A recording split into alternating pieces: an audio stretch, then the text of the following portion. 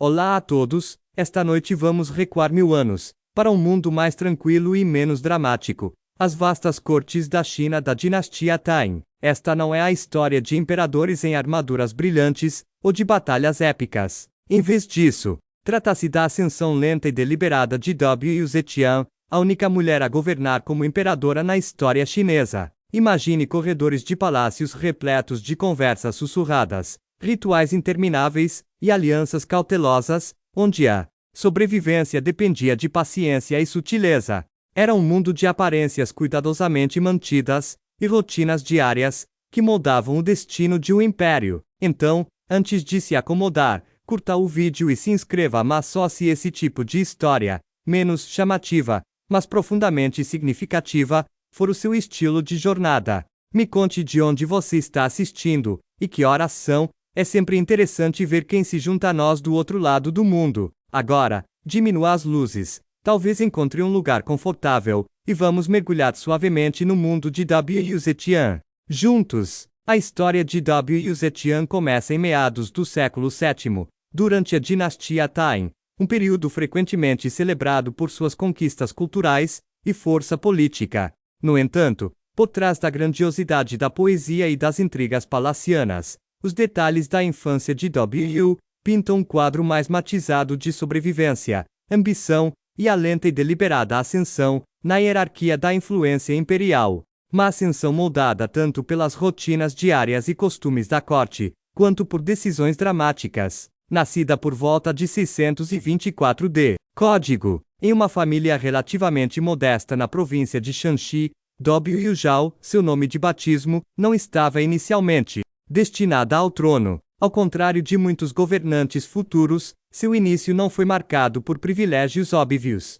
Seu pai, Wu Shihu, era um oficial de baixa patente e comandante militar, respeitado, mas não rico, ou particularmente influente no esquema mais amplo da política Tang. A educação de Wu foi típica de uma mulher de sua posição, ênfase na educação, na poesia e nas virtudes confucionistas, que geralmente prescreviam uma vida tranquila e obediente. A própria dinastia Tang, estabelecida em 618 d. Código, pelo imperador Gaozu, foi um período de consolidação e florescimento cultural. A corte era repleta de oficiais e nobres disputando favores, onde hierarquia e cerimônia eram primordiais. As mulheres nesse período, embora frequentemente ofuscadas, não estavam totalmente ausentes da vida política. Muitas encontravam influência como consortes, mães ou regentes, mas o governo direto era sem precedentes. Wu ingressou na corte imperial ainda jovem como concubina do imperador Taizong, o segundo governante da dinastia. Esse papel não era glamouroso para os padrões modernos. As concubinas viviam em estrita reclusão, aderindo a uma vida regrada de rituais, etiqueta e vigilância constante. Sua sobrevivência frequentemente dependia do domínio das sutis hierarquias sociais, dentro do palácio, sabendo com quais eunucos se tornar amigas, quais consortes rivais evitar, e como manter o favor, sem ultrapassar os limites. Após a morte do imperador Taizong em 649 d. Código, Wu deixou o palácio para se tornar monja budista, um procedimento costumeiro para concubinas sem herdeiros. Esse período em um mosteiro, embora aparentemente um afastamento da política, foi um período de reflexão e de networking tranquilo. O conhecimento de Wu sobre os ensinamentos e escrituras budistas, raro para mulheres na época, reforçou sua posição intelectual e lhe conferiu legitimidade espiritual. Sua sorte mudou quando o imperador Gaozong, sucessor de Taizong, tomou conhecimento dela. Wu retornou ao palácio, reassumindo seu papel de consorte, mas desta vez com uma vantagem distinta. Ao contrário de muitas mulheres que caíram na obscuridade, Wu manobrou com cautela, construindo alianças e demonstrando notável perspicácia política. Ela cultivou uma reputação não apenas de beleza, mas também de inteligência e estratégia, uma combinação perigosa em um palácio repleto de intrigas. A ascensão de Wu foi lenta e deliberada. Ela compreendia a importância da paciência, da contenção e do timing. Sua influência cresceu de forma constante, à medida que ela dava à luz vários filhos ao imperador Gaozong, incluindo futuros herdeiros. Nos bastidores, ela começou a exercer poder sobre os oficiais da corte, promovendo aliados e marginalizando oponentes. Usou a retórica confucionista de lealdade e serviço para mascarar suas ambições, fazendo com que sua presença fosse aceita e temida. Este período da vida de W. destaca o lado menos dramático e mais metódico da mudança histórica. Não foram apenas batalhas ou decretos que moldaram a história, mas a navegação detalhada das normas sociais e dos relacionamentos pessoais. A história de W. nos lembra que o poder muitas vezes não advém de uma convulsão repentina, mas sim de um trabalho contínuo e paciente, muitas vezes oculto à vista de todos. Sua ascensão, no entanto, não foi isenta de controvérsias. Muitos oficiais da corte desconfiavam de sua influência sem precedentes, e rumores sobre sua crueldade circulavam. A questão da legitimidade uma mulher poderia realmente governar em uma sociedade patriarcal pairava sobre cada passo seu. À medida que o poder de W. Zetian crescia, também crescia a tensão na corte Tain. Como uma mulher sem precedentes em governar sozinha navegaria no delicado equilíbrio entre tradição, lealdade e ambição. Seus esforços seriam suficientes para garantir um legado duradouro, ou o peso de séculos de expectativas patriarcais a derrubaria. Esses primeiros anos prepararam o cenário para uma transformação notável, que redefiniria a autoridade imperial e desafiaria os próprios fundamentos da cultura política chinesa, dando continuidade aos primórdios cuidadosos da ascensão de W. Zetian. A seção 2 concentra-se nas intrincadas manobras políticas e na consolidação constante de seu poder durante o reinado do imperador Gaozong. Este período é crucial para compreender como ela passou de consorte influente a uma força incomparável na China imperial. No final da década de 650 AD, Código W. Zetian havia garantido um lugar não apenas na afeição do imperador, mas também nos mecanismos internos de governança da corte. Seu papel não se limitava mais a aparições cerimoniais ou à produção de herdeiros. Ela se envolvia cada vez mais em decisões administrativas e na seleção de funcionários. Essa foi uma mudança significativa na dinâmica tradicional de poder da corte Tain, onde os homens detinham predominantemente a autoridade governamental. O cotidiano da corte durante esse período era marcado por rituais complexos e hierarquia rígida. A capacidade de W. de navegar por essas tradições permitiu-lhe remodelar sutilmente o cenário político. Ela era conhecida por estudar relatórios e decretos oficiais, oferecendo sugestões que frequentemente influenciavam as políticas de Gaozong. Registros históricos indicam que seu envolvimento foi, por vezes, indireto, comunicado por intermediários de confiança, mas sua influência era inegável. Uma das principais estratégias empregadas por W. foi cultivar a lealdade entre acadêmicos e burocratas. Ela promovia funcionários que apoiavam sua visão ou que deviam seus cargos ao seu patrocínio, enquanto marginalizava aqueles que se opunham a ela. Essa rede de alianças criou uma base de poder que se estendia além do círculo imediato do imperador, incorporando sua influência à estrutura administrativa do império. Sua astúcia política também se manifestava na gestão de facções da corte.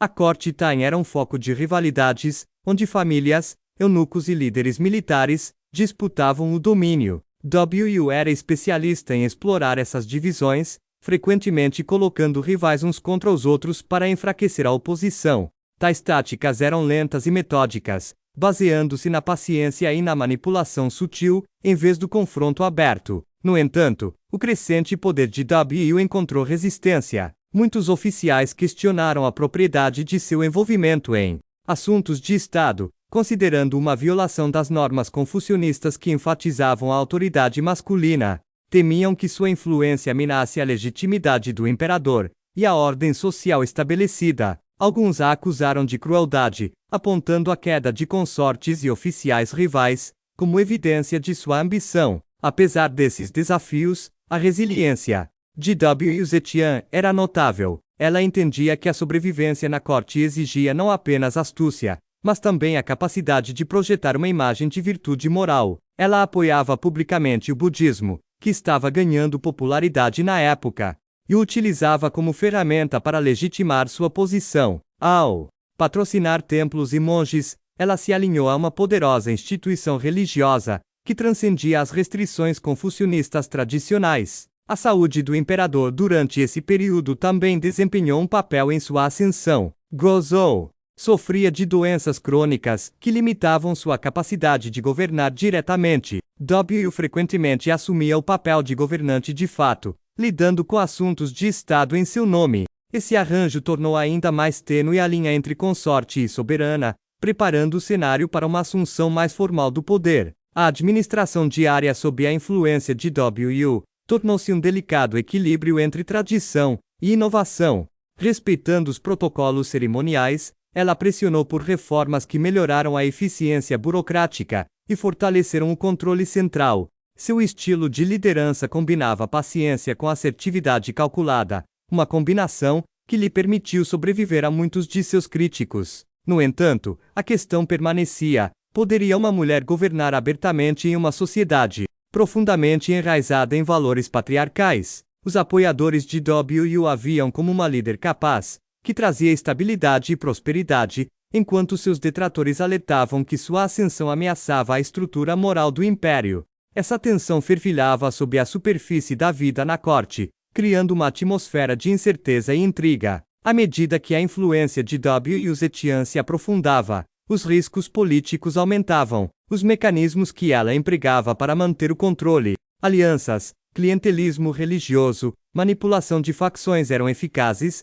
mas também precários. Cada movimento trazia o risco de reações adversas, e os olhos atentos da corte nunca cessavam de escrutinar suas ações. Esta fase da vida de W é um testemunho do trabalho lento e muitas vezes tedioso de construção de poder. Não foi marcada por batalhas dramáticas ou eventos espetaculares, mas por incontáveis horas de negociação, estratégia e vigilância. Os detalhes aparentemente banais da vida na corte, quem comparecia a qual cerimônia, quem era promovido, qual texto era encomendado, tiveram consequências profundas para o futuro do império. Enquanto observamos W Zetian prestes a reivindicar uma autoridade sem precedentes, uma questão permanece sem resposta: até onde ela estaria disposta a ir para garantir sua posição? Será que a intrincada dança de alianças e inimizades seria suficiente para coroá-la como a primeira e única mulher imperadora da China? Nesta sessão final, exploramos o governo sem precedentes de W Zetian,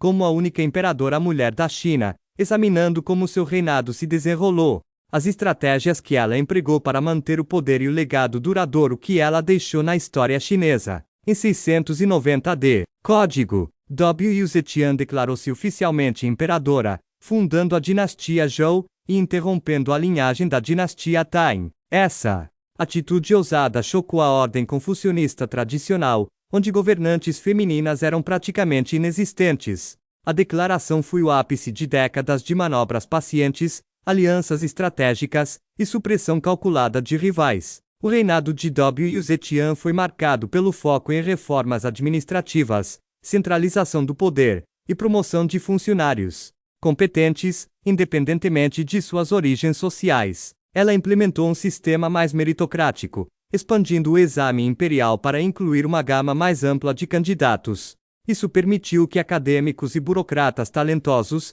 incluindo aqueles de origens humildes, ascendessem na hierarquia, fortalecendo assim a eficácia do governo. A governança diária sob o comando de W era meticulosa. Ela revisava petições, emitia decretos e supervisionava funções burocráticas complexas.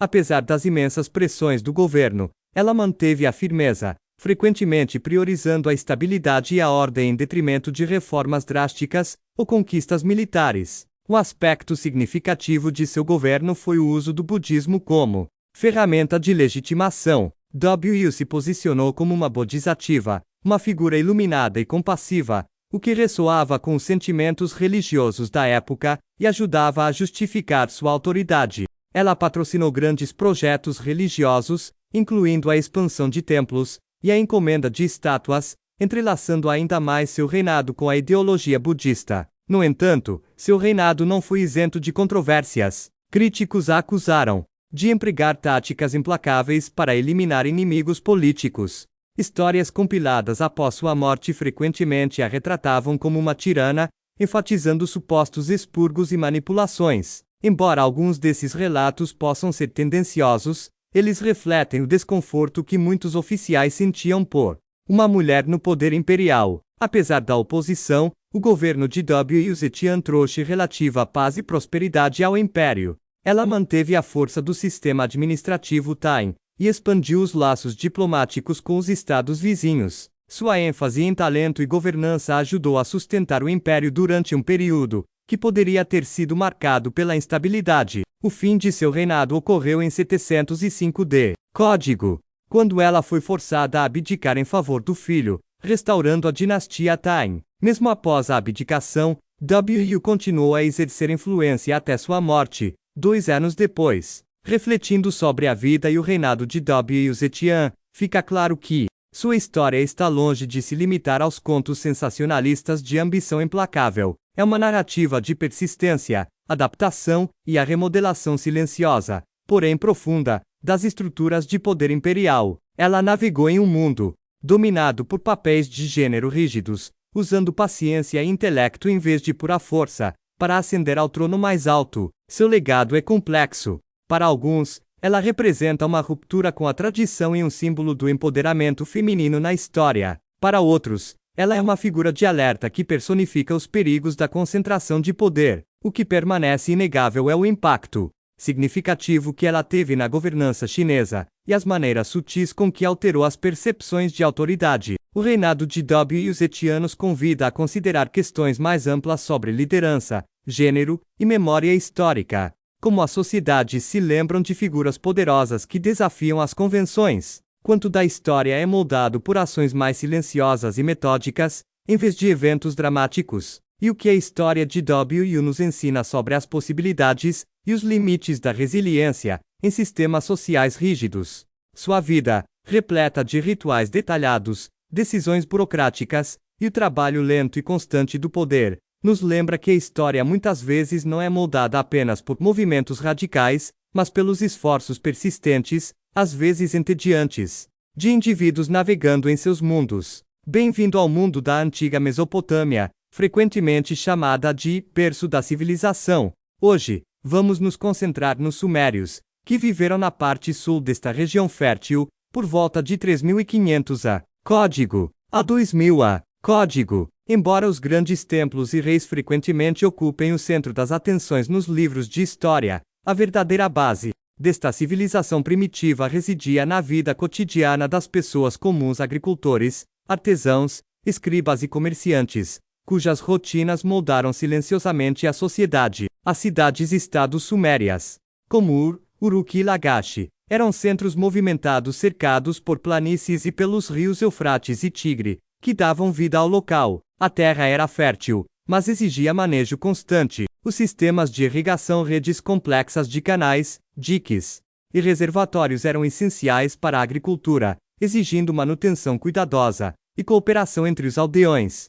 A rotina diária de muitos girava em torno do cuidado com esses sistemas hidráulicos, e com os campos de cevada, trigo e linho. A maioria dos sumérios vivia em casas modestas de tijolos de barro, agrupadas dentro das muralhas da cidade. Essas moradias normalmente tinham um pátio, alguns cômodos pequenos, e um telhado plano. A arquitetura era simples, mas funcional, projetada para fornecer abrigo do clima quente e seco. No interior, as famílias realizavam rotinas centradas no preparo de alimentos, tecelagem, cerâmica e fabricação de ferramentas. Cozinhar era uma tarefa diária que dependia fortemente de grãos. O pão era o alimento básico, assado em fornos de barro, acompanhado de cerveja feita de cevada, uma bebida comum até mesmo para crianças e idosos. As refeições também incluíam vegetais como cebola e alho, leguminosas e, ocasionalmente, peixe ou carne, embora a carne fosse relativamente rara e reservada para ocasiões especiais ou famílias mais abastadas. A estrutura social na Suméria era hierárquica, mas fluida. A elite governante, sacerdotes, nobres e funcionários morava em casas maiores perto do centro da cidade, enquanto artesãos e trabalhadores ocupavam casas menores. Escravos, frequentemente prisioneiros de guerra ou devedores, realizavam trabalhos manuais ou domésticos. No entanto, mesmo entre as classes mais baixas, trabalhadores qualificados, como metalúrgicos e escribas, gozavam de certo status e frequentemente possuíam alguma propriedade. A educação era limitada, mas vital para os escribas, que aprendiam a escrita cuneiforme em tábuas de argila. Esse sistema de escrita, desenvolvido pelos sumérios, foi criado, inicialmente para fins de registro e rastreamento de bens, propriedade de terras e mão de obra. O trabalho do escriba era tedioso e exigia anos de treinamento, mas era crucial para a administração das cidades-estados. A vida cotidiana também era pontuada por rituais religiosos. Os sumérios acreditavam que seus deuses controlavam as forças naturais, portanto, oferendas e orações eram parte rotineira da vida. Os templos serviam como centros econômicos e religiosos, possuindo terras e empregando trabalhadores. Muitas pessoas comuns participavam de festivais em homenagem a divindades como Enlil e Inanna, que envolviam procissões, música e banquetes comunitários. Os dias úteis começavam cedo, com o nascer do sol, e variavam conforme as estações. As tarefas agrícolas dominavam a primavera e o verão, enquanto o inverno oferecia tempo para reparos, tecelagem e artesanato. Os papéis de gênero eram claramente definidos. Os homens geralmente cuidavam da agricultura, construção e comércio, enquanto as mulheres cuidavam da casa, preparavam a comida e, às vezes, se dedicavam à produção têxtil ou ao serviço do templo. O comércio era outro elemento-chave da vida cotidiana, conectando a Suméria a regiões distantes. Os mercadores viajavam por rios e rotas terrestres, trocando mercadorias como lápis-lazuli, madeira e metais por grãos e tecidos. Esse comércio, embora não fosse glamouroso, era meticuloso e exigia registros detalhados para gerenciar dívidas e contratos. Em meio a tudo isso, a vida pessoal continuou com suas alegrias e lutas, simples nascimentos, casamentos, disputas e a constante preocupação pela sobrevivência em um ambiente desafiador. As famílias se expandiram e várias gerações frequentemente viviam juntas, compartilhando recursos e responsabilidades. Os ritmos da vida suméria, trabalho, culto, família podem parecer banais hoje, mas foram os alicerces de uma civilização que influenciaria profundamente a história humana. O manejo cuidadoso da irrigação, a invenção da escrita, a organização de redes comerciais, tudo isso emergiu das atividades cotidianas e comuns desses primeiros habitantes urbanos. No entanto, pode-se questionar como esses povos primitivos lidaram com as constantes ameaças de inundações, secas e invasões. Quais eram as estratégias de sobrevivência cotidiana por trás do surgimento de uma das primeiras grandes civilizações do mundo? Retomando de onde paramos, vamos explorar como os sumérios conseguiram sobreviver e prosperar no ambiente desafiador da antiga Mesopotâmia. Além das rotinas diárias de agricultura e artesanato, o povo sumério desenvolveu estratégias práticas e estruturas sociais que os ajudaram a enfrentar ameaças naturais e pressões sociais. A terra entre os rios Tigre e Eufrates era fértil, mas também imprevisível. Inundações podiam ser devastadoras, destruindo plantações e casas, enquanto secas podiam causar fome. Para lidar com esses desafios, os sumérios construíram um extenso sistema de irrigação. Essa rede exigia manutenção constante, com os canais precisando ser limpos e reparados regularmente.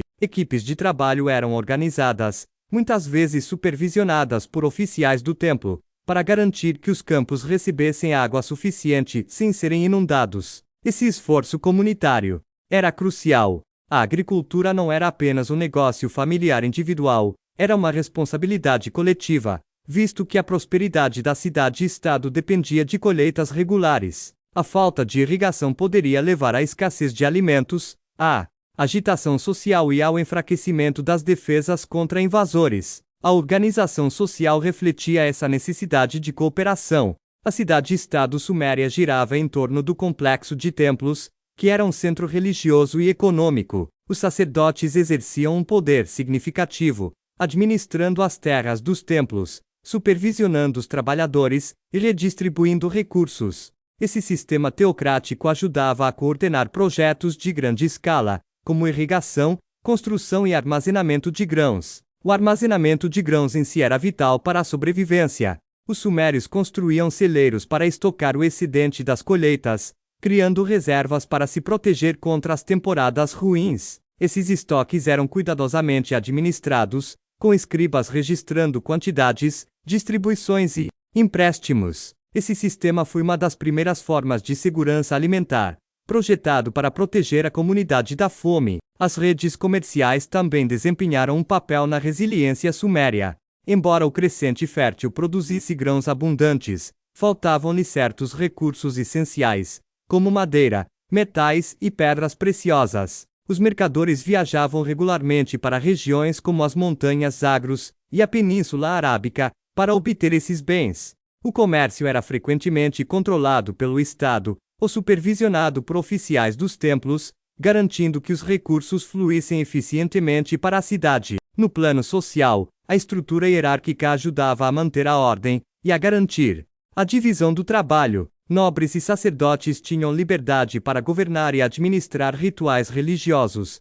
enquanto artesãos e trabalhadores forneciam bens e serviços essenciais. Os escravos, embora estivessem na base da hierarquia, eram integrados a esse sistema, desempenhando tarefas cruciais que permitiam que outros se especializassem. Uma estratégia prática de sobrevivência para as famílias era manter múltiplas habilidades e fontes de renda. Por exemplo, um agricultor também podia tecer tecidos ou pescar durante os meses de entre-safra. As mulheres frequentemente contribuíam para a economia familiar por meio da tecelagem, da cerâmica ou do comércio em pequena escala. Essa diversificação reduzia a vulnerabilidade às flutuações sazonais ou às mudanças de mercado. As crenças religiosas também desempenhavam um papel psicológico e social na sobrevivência. Os sumérios viam desastres, inundações, secas, pragas como sinais de descontentamento divino. Rituais, sacrifícios e festivais regulares não eram apenas cerimoniais,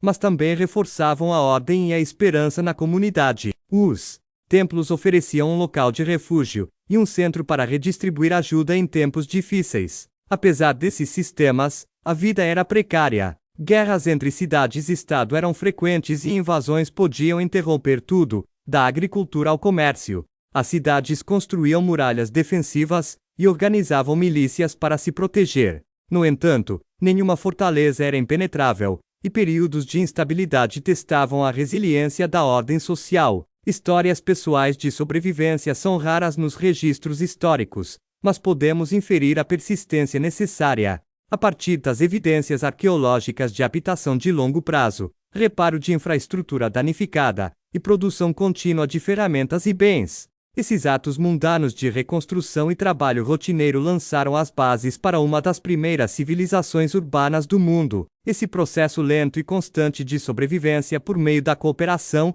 gestão de recursos e organização social destaca os detalhes, chatos, mas vitais, que mantiveram a Suméria viva. Não foram apenas os grandes reis, ou as guerras dramáticas que importaram, foram os esforços diários e repetidos de incontáveis indivíduos. Ao refletirmos sobre as estratégias dos sumérios, surge uma pergunta: como essas frágeis cidades-estados conseguiram lidar com as crescentes pressões de ameaças externas e da competição interna?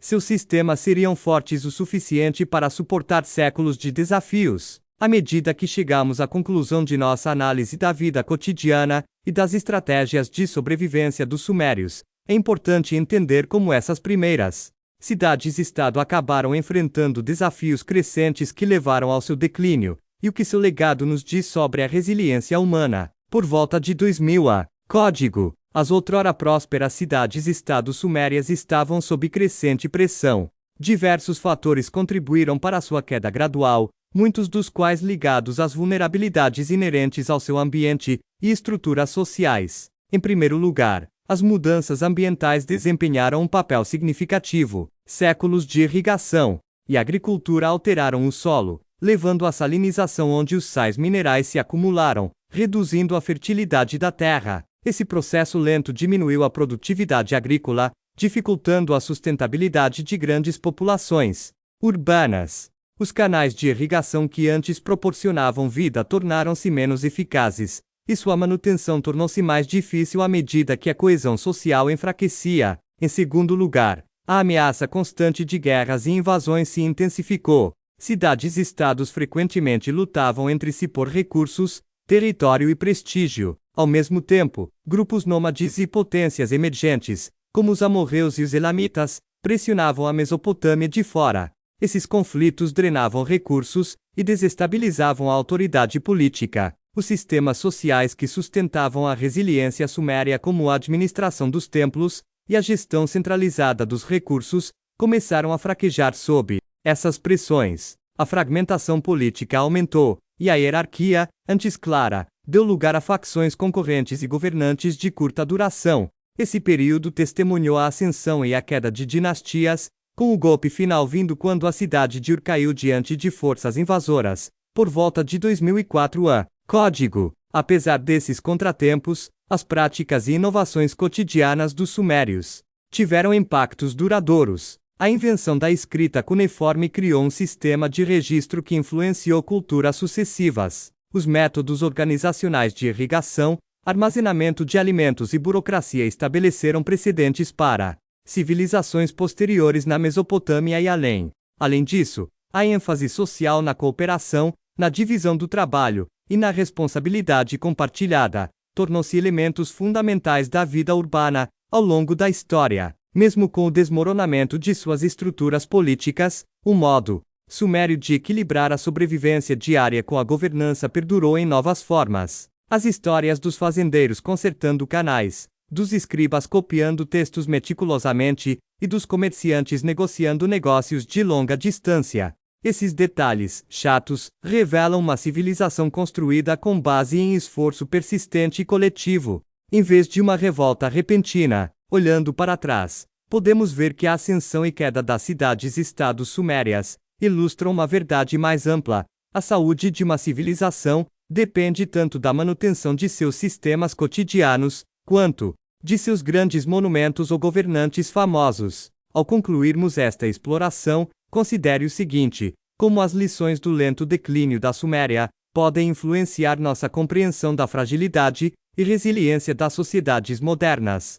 Em quais sistemas cotidianos confiamos hoje que podem determinar o futuro da nossa civilização? A República Romana, um sistema político admirado por seus complexos freios e contrapesos, não caiu da noite para o dia. Em vez disso, seu declínio foi um processo prolongado, marcado por mudanças sutis, disputas de poder nos bastidores, e a lenta erosão das normas que outrora mantinham o sistema estável. Para compreender esse prolongado desmoronamento, precisamos examinar atentamente os aspectos mais silenciosos e chatos da vida política romana, os debates intermináveis, as reformas jurídicas e as rivalidades pessoais que se desenrolavam. Longe dos campos de batalha e do espetáculo do Senado, a República, fundada por volta de 509 a. Código, após a queda da monarquia romana, foi construída sobre uma base de poder compartilhado entre o Senado, as assembleias populares e os magistrados eleitos. Era um equilíbrio delicado, criado para impedir que qualquer indivíduo ou grupo dominasse. No entanto, ao longo dos séculos, o sistema enfrentou pressões crescentes, expansão territorial, desigualdade econômica e agitação social, que testaram essas instituições. Nos séculos II e a. Código, o território romano expandiu-se enormemente, da Península Itálica para vastas áreas por toda a Europa, norte da África e Mediterrâneo Oriental. Essa expansão trouxe grande riqueza, mas também novos problemas. Os despojos da conquista frequentemente acabavam concentrados nas mãos de algumas famílias da elite, ampliando as disparidades econômicas e minando a pequena agricultura. A espinha dorsal do exército cidadão romano. Essas mudanças afetaram o cotidiano de muitos romanos, pequenos proprietários, incapazes de competir com as grandes propriedades, latifúndios cultivadas por escravos, viram-se deslocados, mudando-se para a cidade em busca de trabalho, ou dependendo da distribuição de grãos patrocinada pelo Estado. Essa crescente classe pobre urbana contribuiu para a instabilidade política, tornando-se peões de políticos ambiciosos, em busca de apoio popular. Ao mesmo tempo, cargos políticos tornaram-se arenas para ambições pessoais. O cursus honorum, a ordem sequencial dos cargos públicos, visava garantir experiência e mérito. No entanto, na prática, a competição por esses cargos tornou-se acirrada, frequentemente marcada por suborno, intimidação e faccionalismo. O Senado, antes um órgão consultivo respeitado, tornou-se cada vez mais um campo de batalha para famílias e grupos de interesse concorrentes. Grande parte dessa turbulência se desenrolou nas sombras negociações de bastidores, elaboração de leis com cláusulas ocultas, e o cortejo cuidadoso de blocos eleitorais. Os políticos dependiam de redes de clientelismo, prometendo favores e proteção para garantir votos. Essas redes operavam por meio de rituais sociais cotidianos, jantares, jogos públicos e advocacia jurídica. A lenta rotina das manobras políticas muitas vezes parecia tediosa, mas era crucial na formulação de políticas. Uma figura-chave nesse período foram os irmãos Gracos Tibério e Caio, que tentaram reformas para lidar com a redistribuição de terras e o apoio aos pobres. Seus esforços evidenciaram a crescente divisão na sociedade romana e os limites do compromisso político. As mortes violentas dos irmãos ressaltaram como o conflito político estava se tornando menos uma questão de debate e mais uma questão de disputas por poder. Enquanto isso, o próprio exército romano passava por transformações. Generais como Caio Mário reformularam o recrutamento, permitindo o alistamento de cidadãos sem terra, criando exércitos mais leais aos comandantes do que a própria república. Essa mudança enfraqueceu a ordem política tradicional, à medida que os líderes militares conquistavam uma influência sem precedentes. O cotidiano de um político, soldado ou cidadão romano naquela época era moldado por essas pressões sobrepostas: incerteza econômica, rivalidade política e mudança social.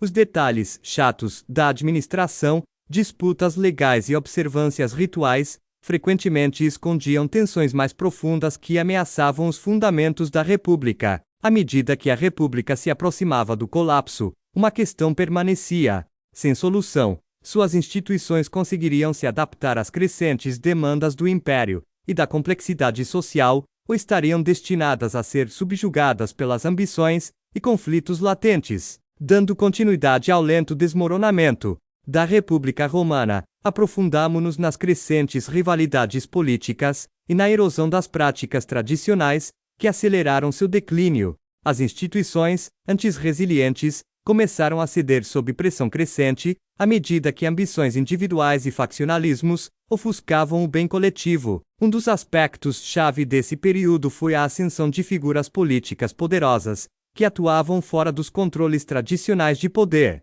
Júlio César, Pompeu e Crasso, mais tarde conhecido como Primeiro Triunvirato, foram emblemáticos dessa mudança. Sua aliança, forjada a portas fechadas, contornava as estruturas legais da República e a autoridade do Senado, concentrando o poder nas mãos de poucos. A rotina diária da vida política em Roma agora envolvia negociações constantes, construção de alianças e, às vezes, intimidação. Assembleias públicas e debates no Senado eram cada vez mais teatrais, com discursos e exibições, visando tanto influenciar a opinião pública, quanto elaborar políticas sólidas. Redes de clientelismo se expandiram, vinculando clientes e apoiadores, e obrigações recíprocas que reforçavam a lealdade, mas também arraigavam a corrupção. Enquanto isso, o crescente papel político dos militares complicava a governança. Comandantes como César conquistavam a lealdade pessoal de suas tropas, permitindo-lhes desafiar diretamente a autoridade do Senado.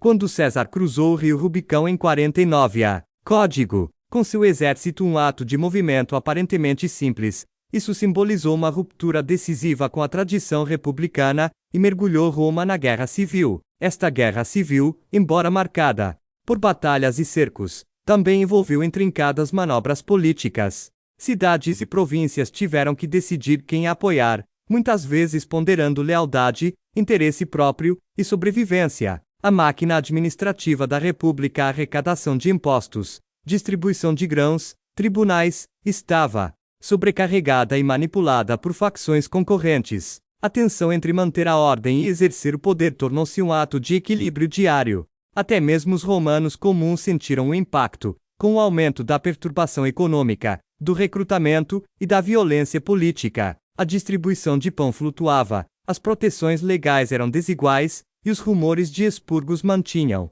os cidadãos cautelosos. Com o conflito culminando com a vitória de César e a subsequente ditadura, muitos esperavam por estabilidade. No entanto, seu assassinato em 44 a. Código revelou profundas divisões ainda não resolvidas. As instituições da República, enfraquecidas e comprometidas, não conseguiam absorver facilmente tais choques. Ao longo desse período, a lenta erosão das normas foi tão crítica quanto qualquer derrota no campo de batalha. Tradições de respeito mútuo, compromisso e contenção legal deram lugar a disputas abertas de poder. A sobrevivência da República dependia não apenas das leis, mas também da disposição das elites em cumpri-las, disposição que se esvaiu. Ao observarmos essa complexa teia política, questionamo-nos: a República estaria condenada a falhas estruturais, ou as escolhas individuais selaram seu destino? As instituições poderiam ter sido reformadas para enfrentar novos desafios,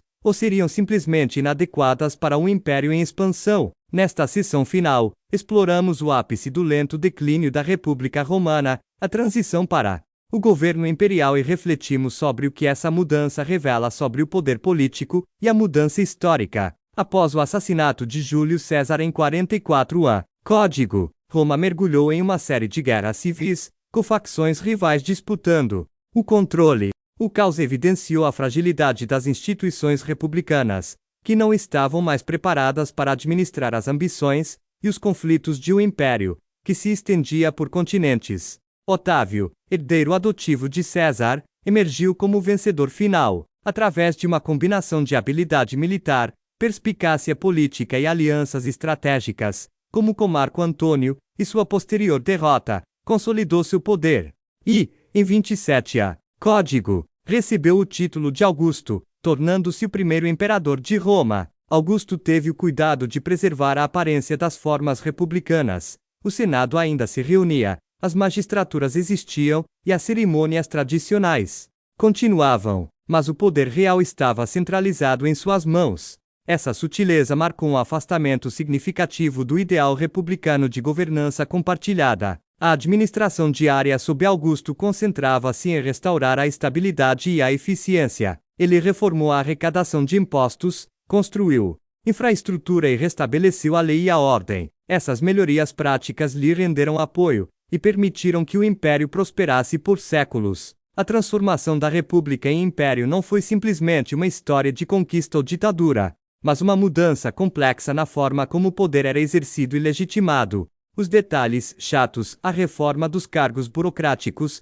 o censo, a governança municipal foram fundamentais para a persistência do império. No entanto, o legado da República perdurou. O direito romano, as ideias políticas e os valores culturais influenciaram profundamente a civilização ocidental. Os fracassos e sucessos da República tornaram-se lições debatidas por pensadores políticos durante milênios. Refletir sobre essa transição suscita questionamentos mais amplos, como os sistemas políticos se adaptam ou não à crescente complexidade, que papéis as instituições, as tradições e as escolhas individuais desempenham na construção da história, e até que ponto o trabalho administrativo, chato, determina o destino dos impérios, em comparação com eventos dramáticos.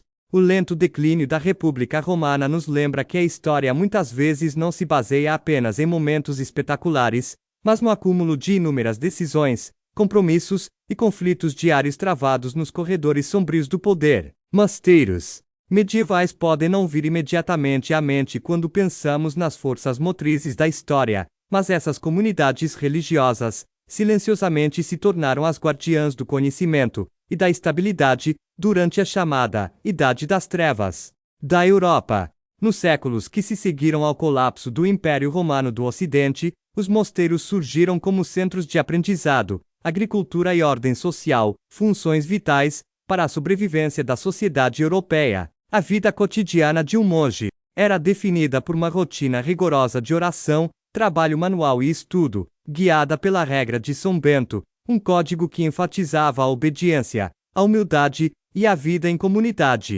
Essa rotina era repetitiva, organizada e, para os padrões modernos, frequentemente tediosa. No entanto, dentro desse ritmo, os mosteiros preservavam textos antigos, mantinham bibliotecas e copiavam manuscritos, garantindo que o conhecimento da antiguidade sobrevivesse em eras posteriores. A maioria dos mosteiros eram comunidades autossuficientes. Os monges cultivavam seus próprios alimentos, cuidavam do gado, fabricavam cerveja e até administravam oficinas de produção artesanal. Essas atividades eram essenciais para o sustento da população monástica e para o apoio à sua missão religiosa. O cultivo da terra também introduziu inovações agrícolas, como o sistema de 3 campos, que aumentou a produtividade. Os mosteiros serviram como refúgios seguros em um período marcado por invasões frequentes e instabilidade política. Ofereceram abrigo a viajantes e prestaram caridade aos pobres, atuando como os primeiros centros de serviço social. Seu relativo isolamento e organização os tornaram âncoras estáveis em um mundo fragmentado. A educação era fundamental para a vida monástica. Os noviços aprendiam latim, teologia e filosofia, mas também habilidades práticas como iluminura de manuscritos e encadernação. O meticuloso processo de copiar textos exigia intensa concentração e destreza, muitas vezes levando meses ou anos para um único volume. Esses escribas preservavam obras religiosas, literatura clássica e documentos jurídicos, formando a base da vida intelectual medieval. A influência dos mosteiros estendia-se para além dos seus muros. As escolas monásticas educavam futuros clérigos e, por vezes, a nobreza leiga, disseminando a cultura e as competências administrativas. Os monges frequentemente aconselhavam os governantes e participavam em missões diplomáticas, moldando sutilmente os desenvolvimentos políticos. Apesar de seu foco espiritual, os mosteiros também eram potências econômicas. Muitos possuíam vastas extensões de terra e empregavam trabalhadores leigos. Eles coletavam aluguéis e dízimos, administravam moinhos e vinhedos, e se dedicavam ao comércio local. Esse papel econômico lhes conferia significativa influência regional, às vezes rivalizando com os senhores seculares. No entanto, o mundo monástico não estava isento de desafios. A disciplina interna variava, e alguns mosteiros enfrentavam acusações de corrupção ou negligência.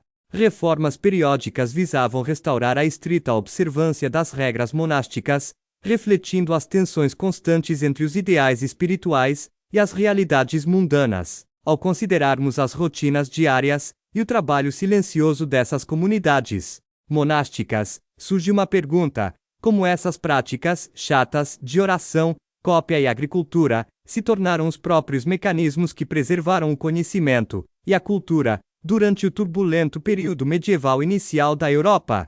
Partindo do ritmo constante da vida monástica, esta seção explora como os mosteiros evoluíram e se reformaram ao longo do tempo, adaptando-se aos desafios e expandindo sua influência pela Europa medieval. À medida que os mosteiros cresciam, riqueza e poder, questões sobre disciplina e devoção tornaram-se preocupações centrais. Nos séculos X e XI, muitas comunidades monásticas se afastaram do ascetismo rigoroso delineado na regra de São Bento. A acumulação de riqueza levou à complacência e, em alguns casos, à corrupção. Essa situação desencadeou ondas de reformas, com o objetivo de restaurar o rigor espiritual e o foco comunitário. Um dos movimentos de reforma mais influentes foi a Reforma Cluniac, originada na Abadia de Cluny, na Borgonha, França, por volta de 910 d. Código. Cluny buscou reviver os ideais beneditinos originais, enfatizando o culto litúrgico, a obediência estrita e a independência de governantes seculares.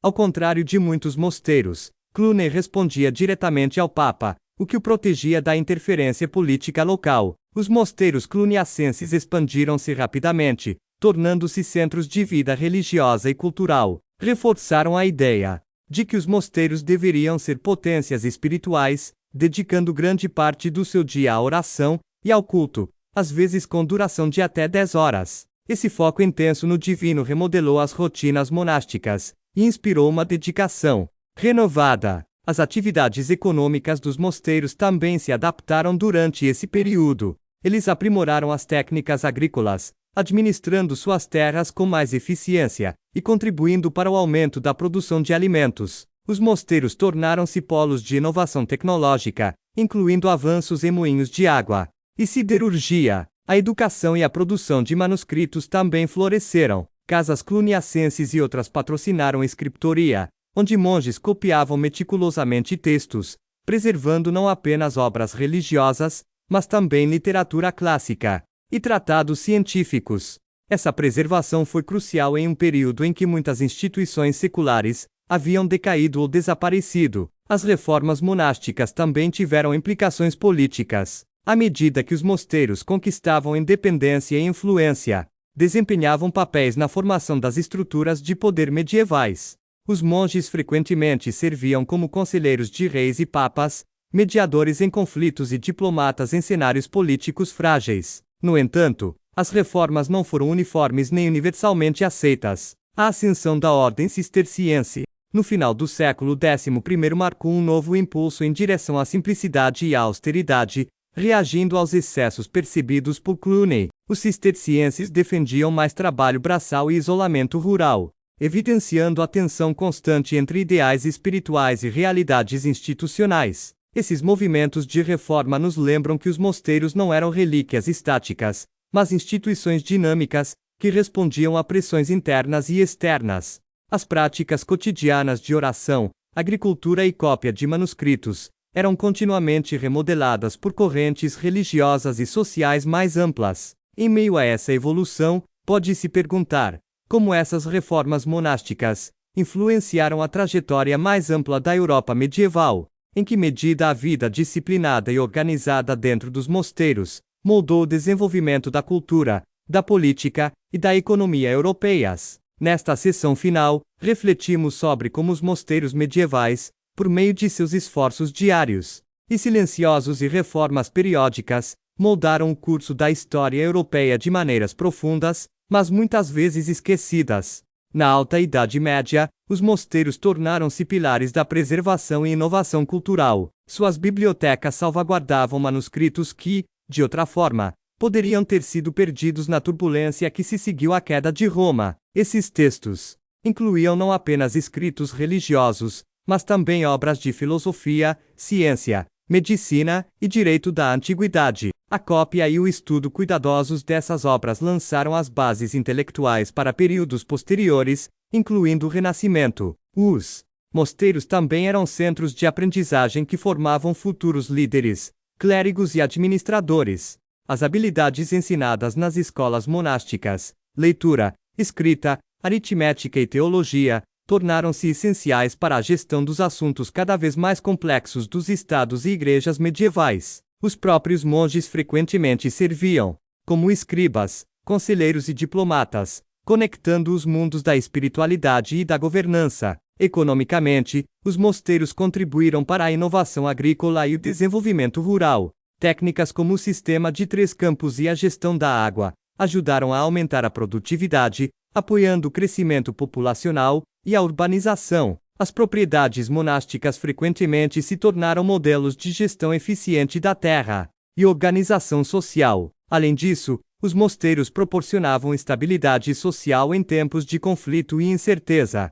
Seu trabalho de caridade, alimentar os pobres, cuidar dos doentes e oferecer hospitalidade, serviu como uma das primeiras formas de bem-estar social. O papel dos mosteiros como centros de ordem e continuidade ajudou a manter a coesão da comunidade em uma paisagem medieval fragmentada e frequentemente violenta. Apesar de suas inúmeras contribuições, os mosteiros não foram imunes a críticas e declínio. O período medieval tardio testemunhou desafios como a ascensão de universidades seculares, mudanças no pensamento religioso e críticas à riqueza e aos privilégios monásticos. No entanto, as fundações que construíram perduraram. Os detalhes chatos da rotina monástica, horas de oração, horas de cópia de textos, horas dedicadas ao cultivo dos campos, estavam longe de ser triviais. Formavam um sistema complexo que preservava o conhecimento, nutria a cultura e mantinha a ordem social ao longo de séculos, quando grande parte da Europa enfrentava convulsões. Ao considerar o legado dos mosteiros medievais, somos lembrados de que a história muitas vezes se baseia em trabalho contínuo e paciente, e não em convulsões dramáticas. Os motores silenciosos de conhecimento e estabilidade que eles representavam desempenharam um papel fundamental na formação do mundo moderno. Esta reflexão nos convida a uma reflexão final. Em nossa era digital acelerada, que lições podemos tirar da dedicação monástica à rotina, à preservação e à comunidade? Como os esforços lentos e consistentes dos indivíduos moldam o curso da história ao longo das gerações? O Império Bizantino, a continuação oriental do Império Romano, durou mais de 1000 anos, de aproximadamente 330 d. Código, até 1453 d. Código, frequentemente lembrado por sua imponente capital, Constantinopla, e suas complexas intrigas políticas, o mundo bizantino também era sustentado por uma miríade de ofícios, muitos dos quais são negligenciados nas grandes narrativas históricas.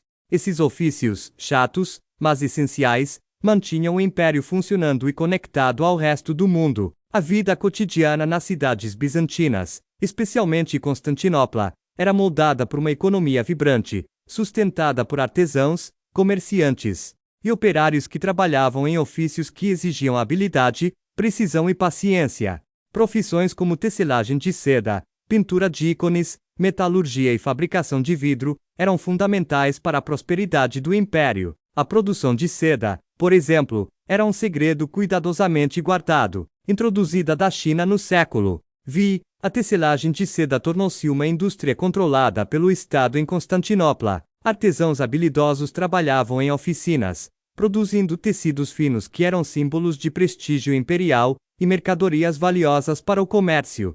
O processo era trabalhoso, envolvendo a criação de bichos da seda, a fiação de fios e a tecelagem complexa, tudo isso exigindo conhecimento especializado transmitido de geração em geração. A pintura de ícones era outro ofício significativo. Os ícones, imagens religiosas de Cristo, da Virgem Maria e de santos, desempenhavam um papel crucial na espiritualidade e no culto bizantino. Monges e artistas leigos trabalhavam arduamente para criar essas imagens, utilizando técnicas como a pintura encáustica ou a têmpera sobre painéis de madeira.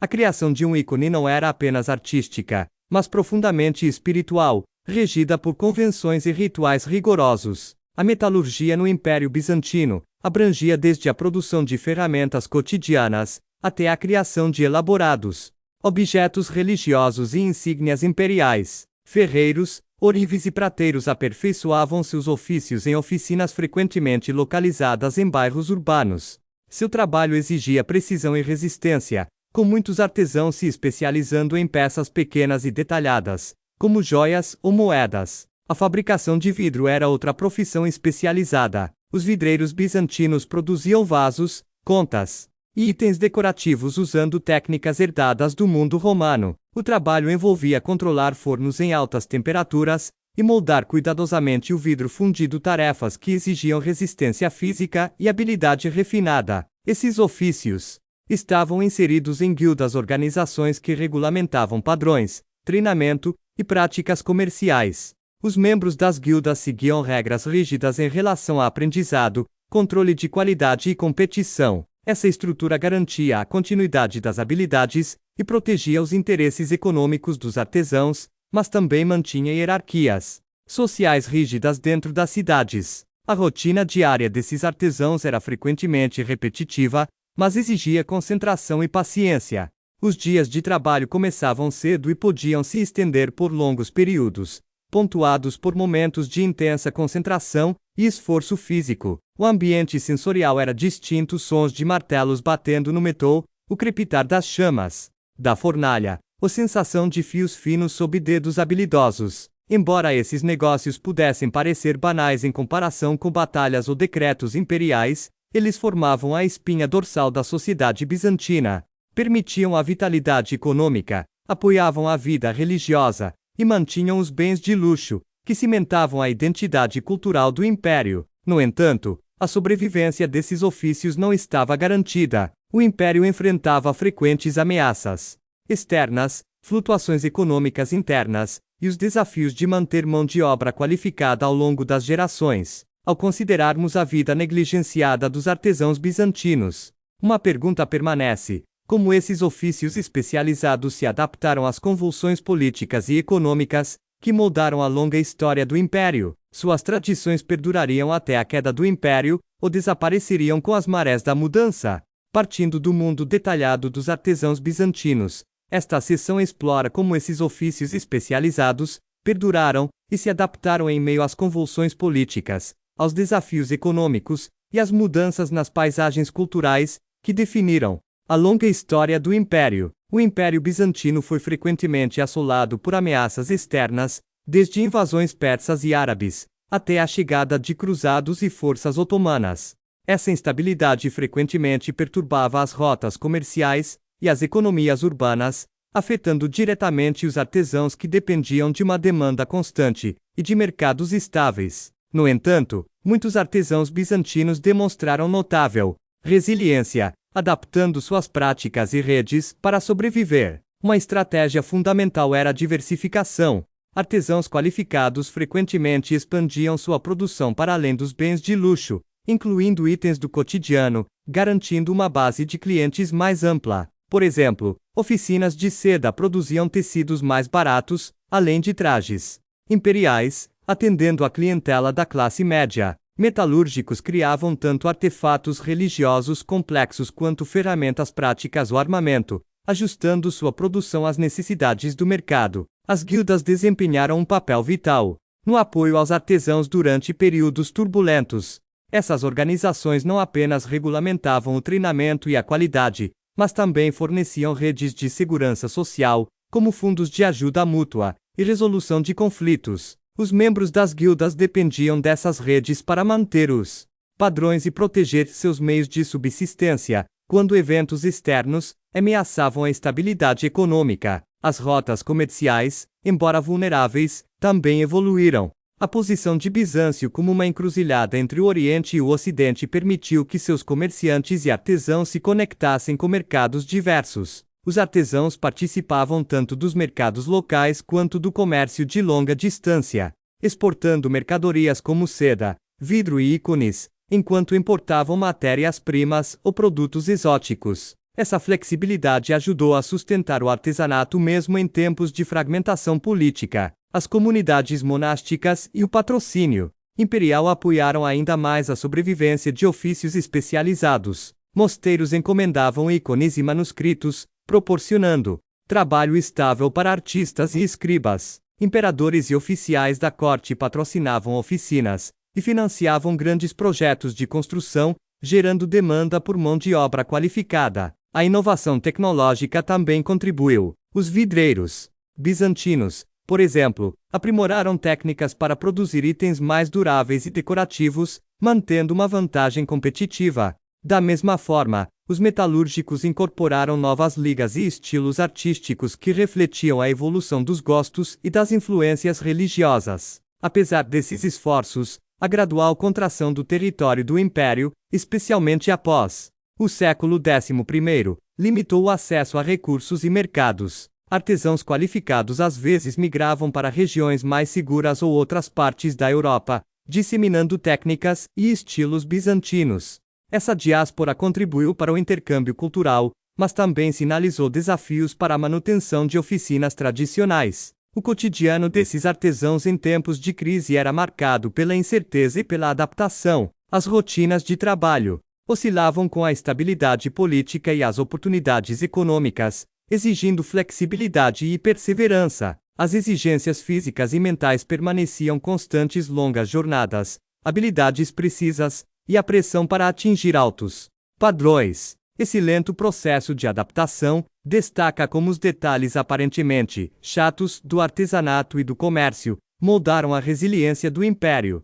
A capacidade dos artesãos de evoluir, formar comunidades solidárias e manter a qualidade contribuiu significativamente para a longevidade de Bizâncio. À medida que o império entrava em seus últimos séculos, a questão persistia: esses ofícios poderiam continuar a prosperar em meio à escassez de recursos e ao aumento das pressões externas, ou as tradições artesanais outrora florescentes sucumbiriam às marés da história? Nesta sessão final, examinamos os últimos séculos do Império Bizantino e como seus negócios especializados se saíram em meio ao declínio, bem como o impacto duradouro que esses artesãos tiveram no mundo todo. No século XIII, o Império Bizantino havia perdido grande parte de seu território e poder político, enfraquecido por conflitos internos, pelo saque de Constantinopla pela Quarta Cruzada em 1204, e pela crescente ameaça otomana. Essas revoltas afetaram profundamente a vida urbana e a atividade econômica,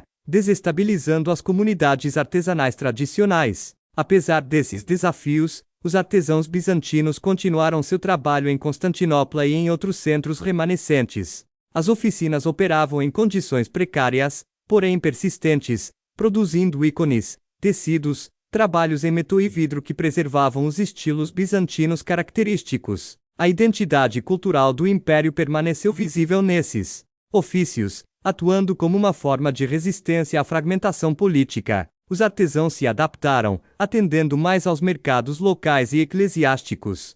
A Igreja Ortodoxa permaneceu como uma importante mecenas, encomendando arte sacra e objetos litúrgicos, que preservavam as tradições estéticas bizantinas. Mosteiros e igrejas tornaram-se repositórios de conhecimento e produção artística. Durante esses tempos instáveis, ao mesmo tempo, muitos artesãos migraram para o oeste, principalmente após a queda de Constantinopla em 1453. Eles trouxeram técnicas e estilos bizantinos para a Itália e outras partes da Europa, influenciando o Renascimento e disseminando as tradições artísticas cristãs orientais.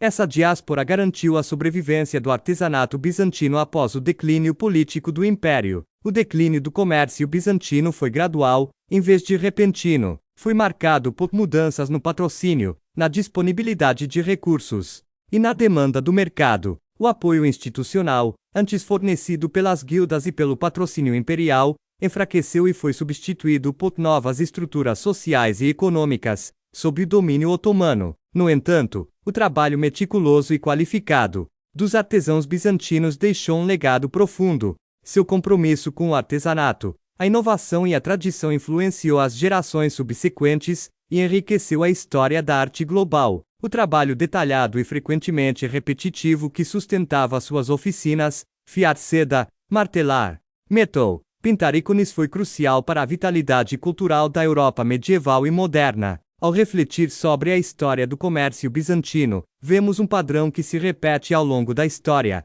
Os esforços constantes e pacientes das pessoas comuns moldam a cultura e a sociedade tanto quanto os grandes eventos políticos. O trabalho diário, chato, dos artesãos sustentava a identidade e a resiliência do Império. Ao considerarmos seu legado, surge uma pergunta final: como os pequenos e persistentes atos de artesanato e preservação cultural influenciam as correntes mais amplas da história, e que lições eles oferecem para a preservação do patrimônio em tempos de crise?